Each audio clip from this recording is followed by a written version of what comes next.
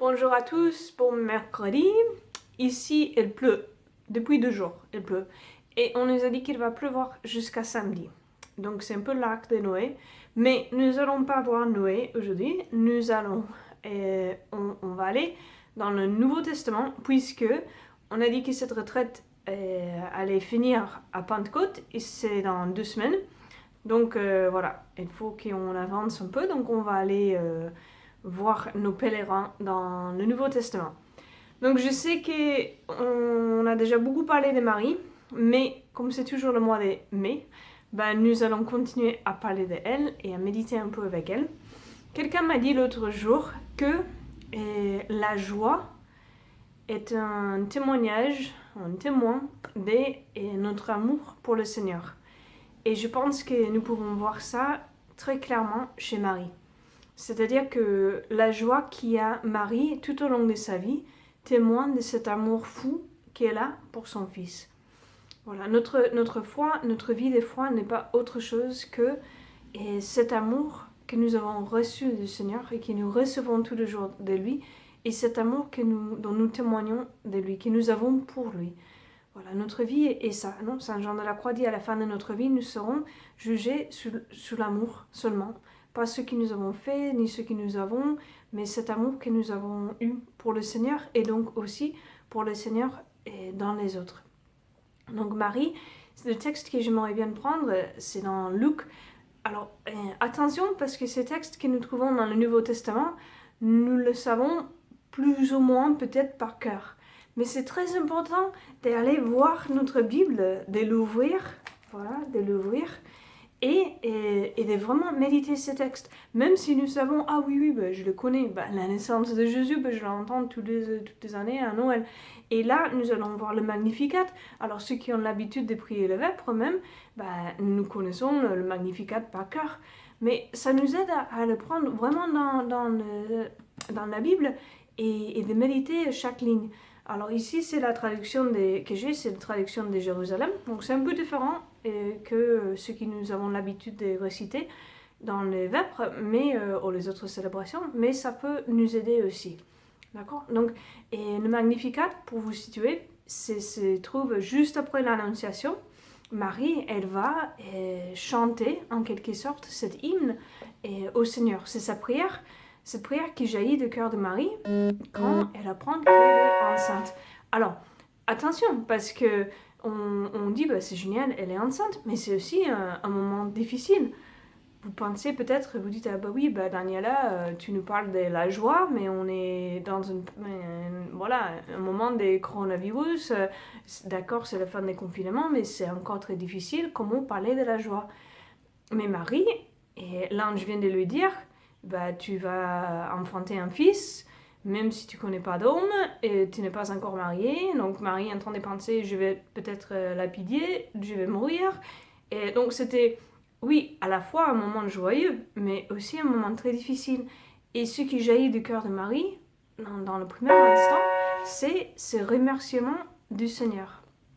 D'accord? Donc elle va remercier le Seigneur de tout son cœur et elle va chanter cet hymne que nous allons lire.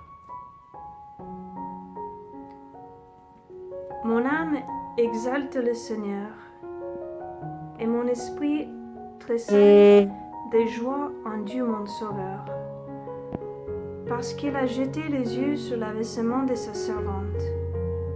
Oui, désormais toutes les générations me diront bienheureuse, car le Puissant a fait pour moi de grandes choses. Alors, je vais lire que jusqu'à là, et j'aimerais bien vous poser une question, ou plutôt que vous le posez vous-même, et à chacun de se poser cette question. Est-ce que le Seigneur, le Tout-Puissant, a fait pour moi des grandes choses? Est-ce que j'ai déjà connu cela dans ma vie? Et si oui, si la réponse est oui, allez penser à ces grandes choses que le Seigneur a fait pour toi. Et si la réponse est oui, qu'est-ce qui m'empêche aujourd'hui de dire comme Marie, mon âme exalte le Seigneur et mon esprit tressaille de joie en Dieu mon Sauveur. qu'est-ce qui m'empêche aujourd'hui de pouvoir chanter avec Marie cela? On peut dire, je suis sûre que chacun, moi aussi, on peut faire une liste des choses qui nous empêcheraient de dire mon esprit tressaille de joie. C'est sûr. Mais à chaque fois qu'on est tenté de tomber dans un peu cette tristesse ou ce râlement, non, c'est très commun parmi tous. J'ai découvert que dans n'importe quel pays, on aime bien râler. Quand on est tenté de tomber dans cette tentation de dire ça va pas, les situations ne sont pas comme j'attendais, je voulais autre chose, j'ai besoin d'autre chose pour tressaillir de joie, nous pouvons aller retrouver cette prière avec Marie. Marie dit pas tout va bien, Marie dit pas tout est parfait, c'est super, c'est génial, bon non, elle dit pas ça. C'est juste qu'elle a rencontré Élisabeth, elle a eu l'annonciation, elle a rencontré Élisabeth et sa cousine qui est enceinte, et elle veut chanter tous les bienfaits, non? Et le Tout-Puissant a fait pour moi de grandes choses. Et ça, c'est une réalité, ça, c'est une vérité qui ne change pas. C'est cela qui est notre rocher, qui est solide, qui est stable, qui ne change pas, qui est éternel. Donc, je vous inviterai à vraiment laisser que cette joie nous pénètre le plus profond de notre cœur. Vous allez voir dans les photos, il y a des photos de nos super panchos et tout le moment, pas tout le moment, mais quelques moments où on a été sous la pluie. Je pensais à ça parce que je suis sous la pluie ici. Mais, et on peut utiliser un pancho un peu anti-spirituel aussi, où on dit je me couvre de cette parole de Dieu, je me couvre de cette joie et je ne la laisse pas me pénétrer. Non? Quand on dit oui, on a un peu l'Esprit Saint qui dit non, mais réjouis-toi parce que le Seigneur t'aime, réjouis-toi. Et non, mais je peux pas. Et ça, c'est le pancho. C'est tout ces non, c'est pas possible d'être joyeux.